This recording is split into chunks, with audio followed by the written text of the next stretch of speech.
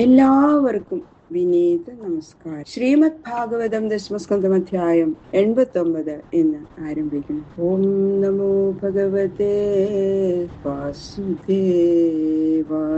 ശുക്ലാംബരധരം വിഷ്ണു ശശിവർണം ചതുർഭുജം പ്രസന്നവദനം ധ്യായേത് സർവവിഘ്നോപശാന്തയേ. ഗുരവേ സർവലോകാനാം ഭിഷജേ ഭവരോഗിണാം വിധയേ സർവവിദ്യാനാം ദക്ഷിണാമൂർത്തയേ നമഃ. പീതാംബരം കരവിരാജിത ശംഖചക്ര കൗമോദഗീ സരസിജം കരുണാസമുദ്ര രാധാസഹായ അതിസുന്ദരമന്ദഹാസം വാതാലയേശമനിശം ഹൃദി ഭാവയാമി. ശ്രീ ഗുരുവായൂരപ്പ ശരണം.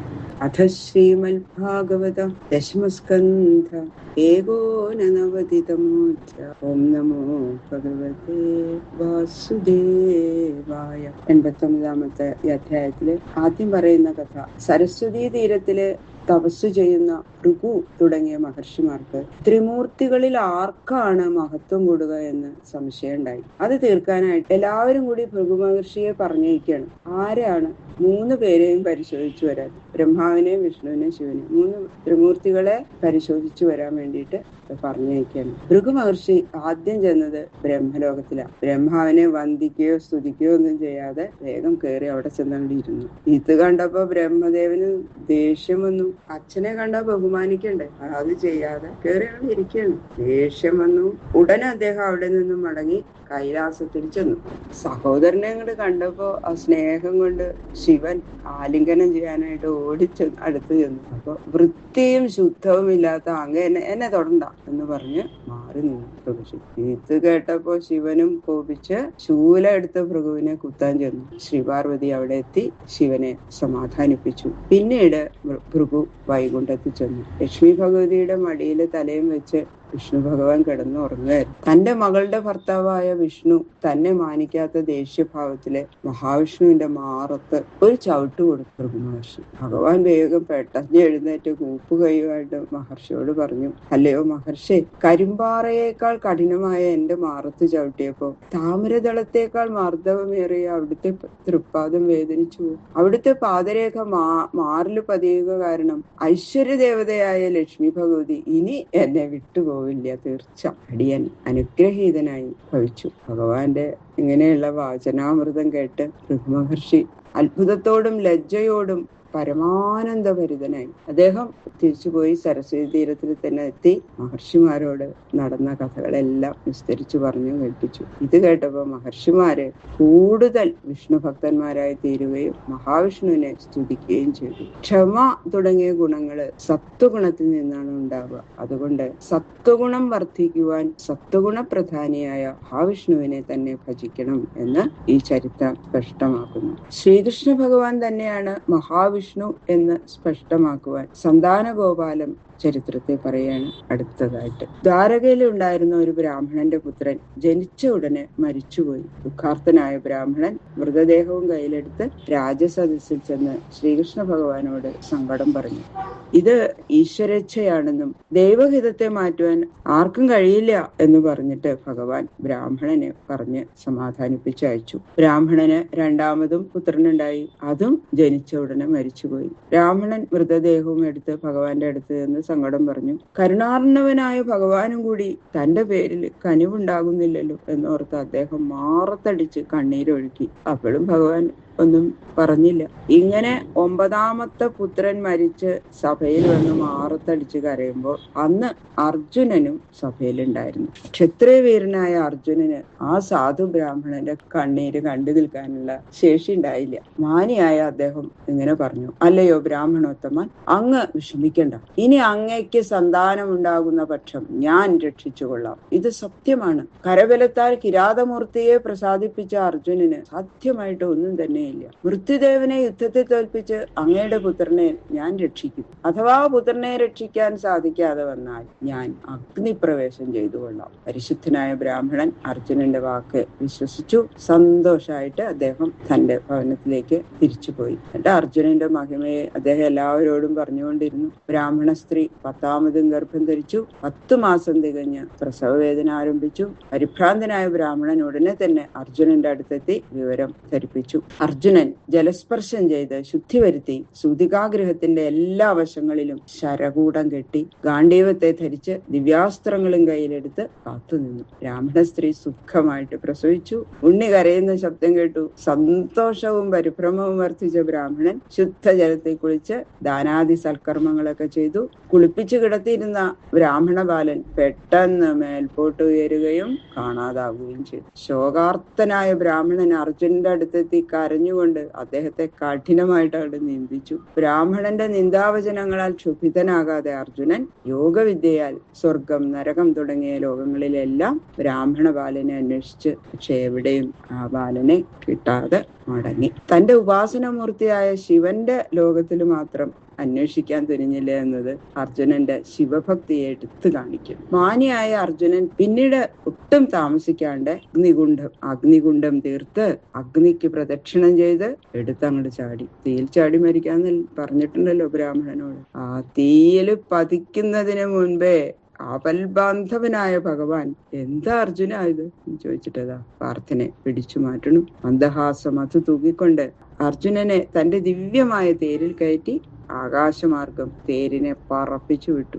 സപ്തസാഗരങ്ങളും സപ്തദ്വീപുകളും കടന്ന് തേര് കൃഷ്ണാർജുനന്മാരെയും വഹിച്ചുകൊണ്ട് ലോകാലോക പർവ്വതവും കടന്ന് അഗാധമായ ഇരുട്ടിൽ പ്രവേശിച്ചു. ഭഗവത് സങ്കല്പത്താൽ സുദർശനം അവിടെ പ്രകാശിക്കുകയും ഇരുട്ടെല്ലാം നശിച്ച് കോടി സൂര്യന്മാർ പ്രകാശിച്ച പോലെ പ്രകാശം പരന്നു. ക്ഷീരസാഗര മധ്യത്തിൽ ശോഭിക്കുന്ന വൈകുണ്ഠലോകം അർജുനന് കാണുമാറായി. കൃഷ്ണാർജുനന്മാർ ആ ആനന്ദ ലോകത്തിൽ പ്രവേശിച്ചു. 1000 ശിരസ്സുള്ള അനന്തമൂർത്തിയാകുന്ന മെത്തയിൽ പള്ളികൊള്ളുന്ന ലക്ഷ്മീപതിയായ ശ്രീപത്മനാഭ കൃഷ്ണാർജുനന്മാർ ദർശിച്ചു, വന്ദിച്ചു. അർജുനൻ ആനന്ദത്താലും അത്ഭുതത്താലും പരവശനായി. ശ്രീ മഹാവിഷ്ണു കൃഷ്ണാർജുനന്മാരോട് ഇങ്ങനെ പറഞ്ഞു: നിങ്ങളെ കാണാനുള്ള മോഹം കൊണ്ടാണ് ആ ബ്രാഹ്മണ ബാലന്മാരെ ഞാൻ ഇവിടേക്ക് വരുത്തിയത്. ഭൂഭാരം നശിപ്പിച്ച് നിങ്ങൾ താമസിയാതെ ഇവിടേക്ക് തന്നെ വരണം. കുട്ടികളെ എല്ലാം നിങ്ങൾക്ക് കൊണ്ടുപോകുകയും ചെയ്യാം. ഇത് കേട്ട് ആനന്ദവിവശനായ അർജുനൻ 10 പേരെയും ഏറ്റുവാങ്ങി ശ്രീകൃഷ്ണ ഭഗവാന്റെ അനുവാദത്തോടുകൂടി തേരിൽ കയറ്റി അല്പസമയം കൊണ്ട് കൃഷ്ണാർജുനന്മാർ ദ്വാരകയിൽ ബ്രാഹ്മണന്റെ ഭവനത്തിലെത്തി. അർജുനൻ 10 ഉണ്ണികളെയും ബ്രാഹ്മണന് ദാനം ചെയ്തു. സന്തോഷാശ്രുക്കൾ ഒഴുക്കിക്കൊണ്ട് ബ്രാഹ്മണൻ ഗദ്ഗദകണ്ഠനായി അർജുനനെ വീണ്ടും വീണ്ടും അനുഗ്രഹിച്ചു. സർവേശ്വരനായ ഭഗവാന്റെ സഹായം കൊണ്ട് മാത്രമാണ് ആർക്കും സർവ്വവിധ വിജയങ്ങളും ഉണ്ടാവുന്നത് എന്ന് ഈ ചരിത്രം കൊണ്ട് അർജുനന് ബോധ്യമായി. ഈ ചരിത്രം പാരായണം ചെയ്യുന്നവർക്കും ഈ മനസ്ഥിതി ഉണ്ടാവേണ്ടതും ആണ്. കൃഷ്ണായ വാസുദേവായ ഹരയേ പരമാത്മനെ പ്രണതക്ലേശനാശായ ഗോവിന്ദായ നമോ നമഃ. ഓം നമോ ഭഗവതേ വാസുദേവായ. ഓം നമോ ഭഗവതേ വാസുദേവായ. ശ്രീ ശുക ഉവാച: സരസ്വത്യാസ്തടേ രാജൻ ഋഷയ സത്രമാസത വിതർക്ക സമുഭൂൽതേഷാം ത്രിഷ്വധീശേഷു കോ മഹാൻ. ത്രിമൂർത്തികളിൽ വെച്ച് ഉത്കർഷം ആർക്കാണ് എന്നുള്ള വാദം മഹർഷിമാർക്ക് തമ്മിലുണ്ടായപ്പോ ഭൃഗുമഹർഷി അത് പരീക്ഷിച്ചറിഞ്ഞ് വിഷ്ണുവിന് തന്നെ മാഹാത്മ്യം അധികം എന്ന് തീർച്ചപ്പെടുത്തി എന്ന കഥ 89ാമത്തെ അധ്യായത്തില് പറയാണ്. ശ്രീ ശുകബ്രഹ്മർഷി പറയണു: ഹേ രാജാവേ, സരസ്വതി നദിയുടെ തീരത്തില് ഋഷികൾ ഒരു സത്രം ആരംഭിച്ചു. എല്ലാവരും ഒരുമിച്ചിരുന്ന് സംഭാഷണം ചെയ്യുമ്പോൾ ത്രിമൂർത്തികളിൽ വെച്ച് ആരാണ് മഹാൻ എന്ന സംഗതിയെ കുറിച്ച് അവർക്ക് തമ്മിലൊരു തർക്കമുണ്ടായി. തസ്യ ജിജ്ഞാസയാ ദേവൈ ഭൃഗും ബ്രഹ്മസുതം നൃപ തജ്ഞപ്തൈ പ്രേഷയാമാസു സൂഭ്യകാൽ ബ്രഹ്മണസഭം. ഋഷികള് ആ സംഗതി അറിയണം എന്ന് ആഗ്രഹിച്ചു. ഹേ രാജാവേ, ത്രിമൂർത്തികളിൽ മഹാൻ ആരാണെന്ന് അറിഞ്ഞു വരാനായിട്ട് ബ്രഹ്മപുത്രനായ ഭൃഗു മഹർഷിയെ അവര് നിശ്ചയിച്ച് അയച്ചു. അദ്ദേഹം ബ്രഹ്മസഭയില് പ്രവേശിച്ചു. ന തസ്മൈ പ്രഘ്വണം സ്തോത്രം ചക്രേ സത്വപരീക്ഷയാ തസ്മൈ ചുക്രോധ ഭഗവാൻ പ്രജ്വലൻ സ്വേന തേജസ.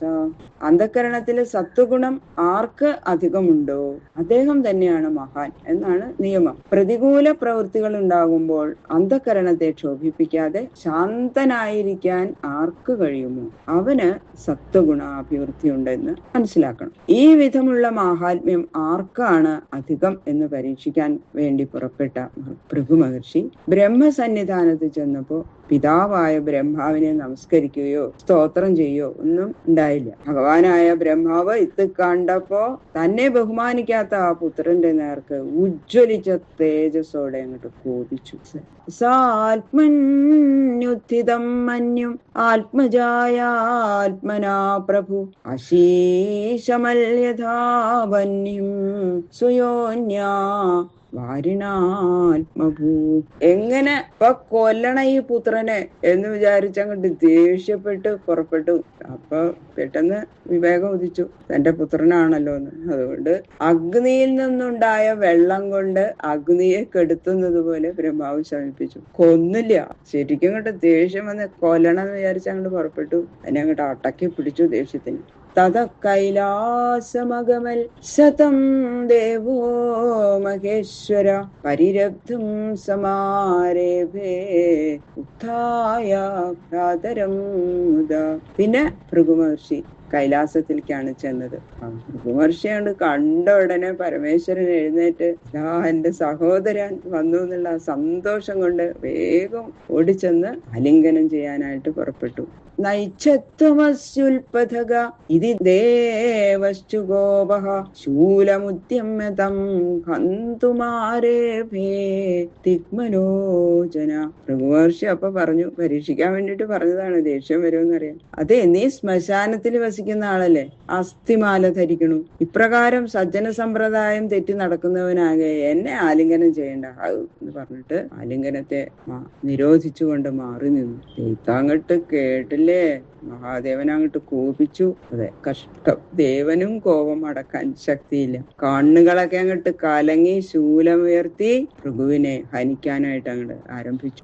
പതിത്വാ പാദയോർദേവി സാന്ത്വയാമാസതം ഗിര അധോ ജഗാമ വൈകുണ്ഠം എത്ര ദേവോ ജനാർദ്ദന.